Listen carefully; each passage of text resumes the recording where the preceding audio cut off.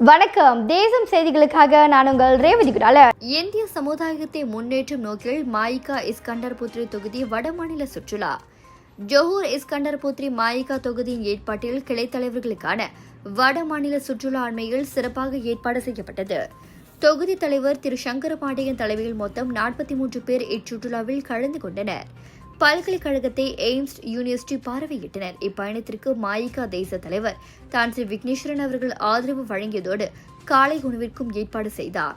Penang மாநில மாயிகா தலைவர் doctor Dinakaran அவர்கள் சுற்றுலா பயணிகளை வரவேற்று தமது மகிழ்ச்சியை தெரிவித்துக் கொண்டார்.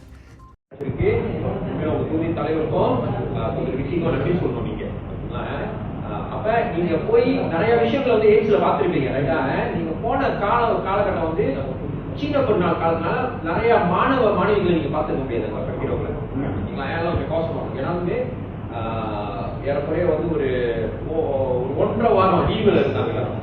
மற்ற நீங்க லீவ் இல்லாம போயிருந்தீங்கன்னா பெண்டிங்கே பாத்தீங்கன்னா அவ்வளவு சம்பளம் படிக்க பார்க்க போகும்போது நீங்க போயிட்டு எப்படா இந்த டாக்டர் சாமி வேலு பிளான் பண்ணி கட்டி வச்சுட்டு இருக்கிறாரு.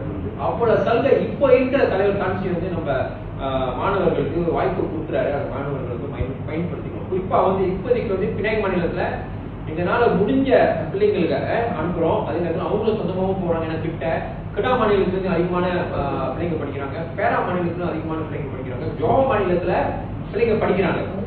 ஆனா ரொம்ப தூரம் சொல்லிட்டு. ஆனா நீங்க இது என்ன செய்யணும்னு சொன்னாக்கா உங்களுக்கு நம்ம சமுதாயத்துக்கு மேலேயும் ஜோவா மாநிலத்தில் உள்ள நம்ம மாணவ மாநிலத்துக்கு மேலேயும் அக்கறை இருக்கு சொன்னாக்கா இதை நீங்க வெளியே சொல்லித்தான் ஆகும். இது வந்து எய்ம்ஸ்க்காகவோ இல்ல எம்ஐசிக்காகவோ இல்ல, அவங்களோட நன்மைக்காக நீங்க சொல்லித்தான் ஆகும். அவ்வளவு நன்மைகள் எய்ம்ஸ்ல இருக்கு. 10வது மேற்கொண்டு தேசிய தலைவர் வந்து பிள்ளைங்களுக்கு வந்து மாணவ மாணவிகளுக்கு வந்து நிறைய சலுகை கொடுக்குறாரு. அதாவது கட்டணம், எம்ஐடி லோனு, ஸ்காலர்ஷிப் அந்த மாதிரி வந்து அள்ளிதான் கொடுக்குறான்னு சொல்லணும். பல்கலைக்கழகத்தின் பணியாளர்கள் சுற்றுலா குழுவினரை அன்போடு வரவேற்று உபசரித்து பல்கலைக்கழகத்தின் வளாகத்தின் பல்வேறு பகுதிகளுக்கு அழைத்து சென்றனர். 1000க்கும் மேற்பட்ட இந்திய மாணவர்களை மருத்துவர்களாக உருவாக்கியுள்ள இந்த பல்கலைக்கழகத்தில் மருத்துவ கல்விக்கான அனைத்து நவீன வசதிகளும் அமைக்கப்பட்டன. மேலும் துன் சாமிவேலு அவர்களின் சாதனைகளை நினைவு கூர்ந்து நிறுவப்பட்ட அவரின் சிலையை கண்டு அனைவரும் பிரமிப்பும் பெருமையும் அடைந்தனர். இந்திய சமுதாயத்தில் அதிகமான மருத்துவர்கள் உருவாக வேண்டும் என்ற அவரது உயரிய லட்சியத்தின் சின்னமாக இப்பல்கலைக்கழகம் விளங்குகிறது.